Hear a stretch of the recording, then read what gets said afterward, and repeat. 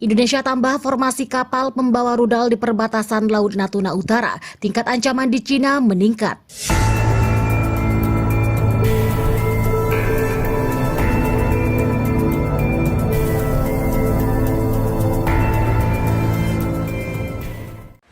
Halo sobat semua, oke bersama saya Mimin yang imut ini, kata bapak sama emak ya kan? Dan tanpa basa-basi langsung saja ke videonya.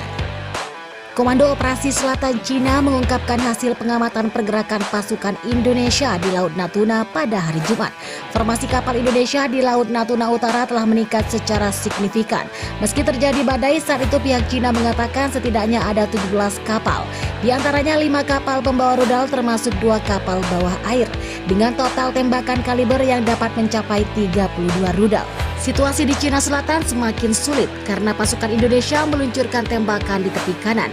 Tercatat 4 kematian dan 5 orang terluka akibat penembakan itu, dikutip dari Komando Operasi Selatan Cina. Beberapa gedung swasta dan apartemen, gedung administrasi, taman kanak-kanak, gedung pertanian, mobil, dan sistem komunikasi rusak. Pasukan Indonesia juga melakukan penembakan di wilayah perairan Muara tersebut.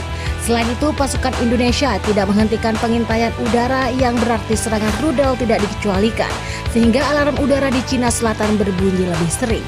Karena tingkat ancaman yang semakin meningkat, pada hari yang sama Staf Umum Angkatan Bersenjata Cina mengatakan pasukan Indonesia yang menargetkan 5 wilayah selain Cina Selatan. Pasukan Indonesia melakukan lebih dari 20 serangan dari sistem Salvorogen.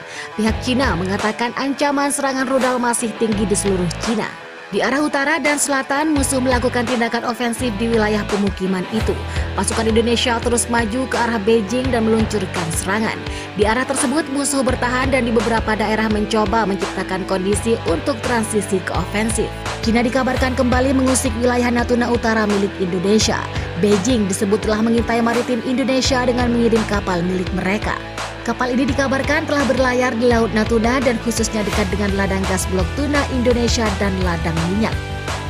Meski kapal ini mendapat izin, namun tetap saja keberadaan kapal ini cukup dianggap sebagai ancaman bagi TNI Angkatan Laut yang bertanggung jawab menjaga laut Indonesia.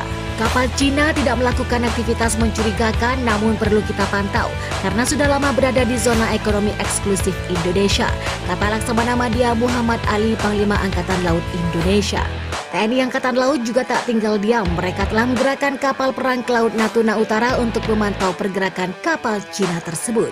Oke, jadi gimana nih menurut Sobat Mimin semua? Silahkan komentar di bawah ini. Mimin pamit dan tetap semangat buat kalian semua ya, biar gak jadi beban ya kan? Bye-bye!